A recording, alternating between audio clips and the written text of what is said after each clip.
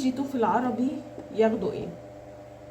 احنا اتكلمنا قبل كده على منهج كي جي 1 وقلنا وشرحنا فيه بالتفصيل منهج كي جي 2. احنا هنقسم الفيديو بتاعنا لفيديو هنتكلم كقاعدة عامة ان الاطفال من كي جي 2 المفروض ياخدوا ايه ويطلعوا صف اول، دين ايه وياخدوا ايه في صف اول، تمام. وهنتكلم بعد كده كقاعدة خاصة كل طفل نعمل معاه ايه. يعني الاطفال طبعا مختلفة عن بعضها وكل طفل مختلف عن التاني، فهنعمل مع كل طفل ايه لوحده، تمام. منهج كي جي 2 يا جماعة هو بيطلع من كي جي 1 طبعا عارف الحروف، عارف الحروف بقى واصواتها، وعارف الحروف المتشابهه والحروف المفخمه والحروف المرققه والفرق ما بين الضاد والدال والثاء والسين، ده كله بياخده في مرحله الحروف، تمام. بعد كده هياخد الحركات القصيره، ده في كي جي 2 حركات قصيره. بعد كده حركات طويله، تمام. بعد كده الحركات الطويله طبعا اشرح لكم القصيره اللي هي فتح وضم وكسر، تمام. بعدين الطويله اللي هي مد بالالف مد بالواو ومد بالياء. بعدين بياخد التنوين السكون، وبعدين التنوين تنوين بالفتح وتنوين بالكسر وتنوين بالضم، وبعدين الشده، تمام. انا كفايه عليا قوي والله يا جماعه ان الطفل يطلع من كي جي 2 عارف الحاجات دي بس، وبيقرأ جمل بسيطة، تمام. هو هيكمل تأسيسه في صف أول، يعني بلاش نضغط على الأمهات. فكفاية عليه إن الطفل يكون داخل صف أول وهو عارف القواعد الإملائية دي وقواعد التأسيس، تمام. ده منهج كي جي 2. كي جي 1 الحروف، كي جي 2 نبتدي بقى من الحركات القصيرة ويبتدي يكون كلمات ويعرف أصوات الحركات القصيرة وأصوات الحركات الطويلة، تمام. طب تعالوا بقى، انت دلوقتي عندك ابنك، ايه اللي هيحدد هو هيمشي في انهي حاجه من دول؟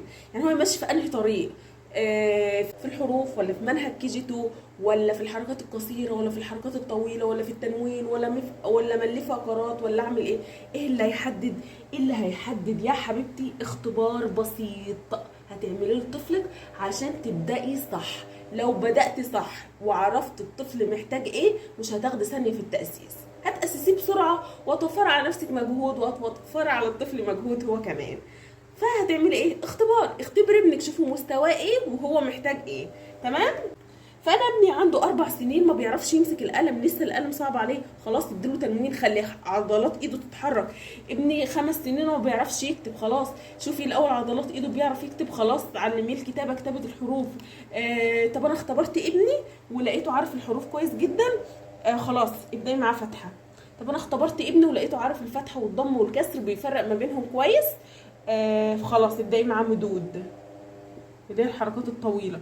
طب انا اختبرت ابني مس نشوى وهو عارف الفتحه وعارف الضمه وعارف الكسره بس بيتلخبط ما بينهم، خلاص ابتدي دلوقتي الهدف بتاعك دلوقتي ان انت تخليه يفرق ما بين الفتح والضم والكسر كويس، يفرق ما بينهم الثلاثه، علشان الحركات القصيره مبني عليها المدود، فما تتحركيش من الفتح والضم والكسر غير لما الطفل يكون متقنهم كويس عشان يعرف يمشي في المدود وبقيه خطوات التاسيس. طب انا ابني عارف مدود وعارف الحركات القصيره، ابتدي بقى اعرفي تنوين، ابتدي اعرفيه سكون، ابتدي اعرفيه شده، وهكذا. فانت اللي هيحدد مستوى طفلك عشان ما تظلمهوش وما تقارنهوش بحد، لو عايزه تبداي الصح عشان توفري على نفسك مجهود، اختبري طفلك صفحه فاضيه واكتب يلا حبيبي حرف الباء، اكتب حرف السين، اكتب حرف اللام، عارف الحروف كويس خلاص، اكتب فتحه، بيكتب كلمات فتح كويس خلاص، انقل على بعده. فرحه عارف الكسره كويس خلاص ننقل على الضم. سهمه عارف الضم خلاص ننقل على المدود، وهكذا.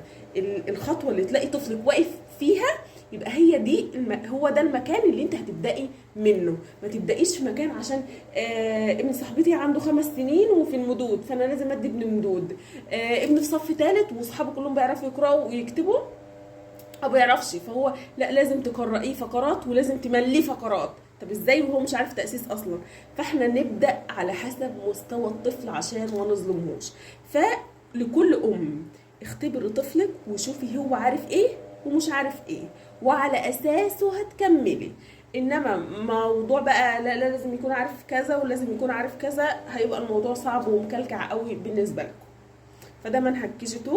عاوزين نطلع صف اول كده حلوين، عارفين خطوات التاسيس، والطفل بيكون بيعرف يقرا جمل بسيطه كده، ويبتدي يكمل تاسيسه في صف اول، يكون داخل صف اول كده مستمتع وبيحب المدرسه وبيحب الماده، ويبتدي بقى يحسن المهارات التانية، مهارات الكتابه، يكتب بخط حلو، المهارات الاجتماعيه. يبتدي بقى الطفل لما بيحس ان هو مميز وشاطر نفسيته بتتغير. احنا عاوزين اطفالنا يتاسسوا بسهوله كده ويسر، ويكون في تسلسل في التاسيس.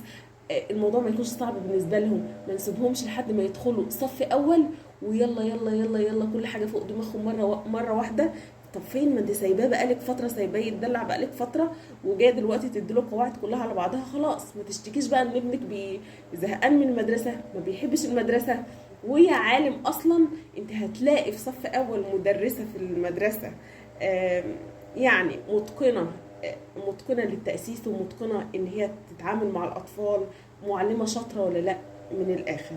تمام. فانت وحظك بقى، ما تضمنيش يعني. ابدأي بدري، ابدأي بدري سنتين بالتدريج مع الطفل وانت رايقه وطفلك رايق والدنيا تمام. بس كده. لو عندكم اي استفسار في موضوع التأسيس اكتبوا لي في الكومنتات وانا هرد عليكم.